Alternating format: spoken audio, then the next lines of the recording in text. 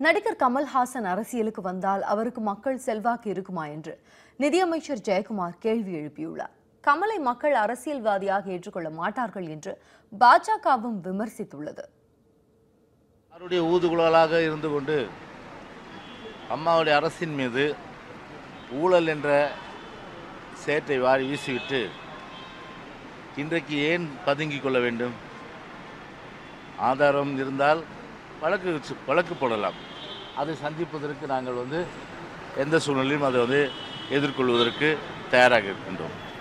ஆனால் எவ்வித ஆதாரமும் இல்லாமல் குற்றச்சாட்டை மட்டும் சுமத்திவிட்டு இன்று ஒரு திடீரென்று அந்தர்பல்ட்டி ரசிகர்கள் கண்ணியமாக இது குறித்து கருத்து தெரிவிக்க வேண்டும், அதுவும் வலைதளங்களிலே கருத்து தெரிவிக்க வேண்டும் என்ற அந்த கருத்து தெரிவித்திருப்பது என்பது இவர் ரசிகர்களை தூண்டி விடுகிறார். எல்லாரும் வந்தா தொண்டரா இருப்பேன்னு யாருமே சொல்ல மாட்டேன்றாங்க. வந்த உடனே எல்லாருக்கும் முதல்வர் ஆகணும், வந்தா முதல்வர் என்ன அப்படிப்பட்ட என்ன தமிழக மக்களுக்கு நன்றாக தெரியும். மக்கள் ஆராய்ந்து வாக்களிப்பார்கள்.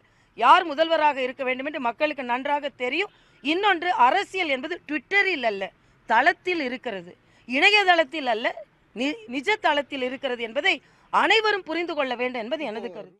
இவர் ஒரு நடிகனா மக்கள் ரசிப்பார்கள்.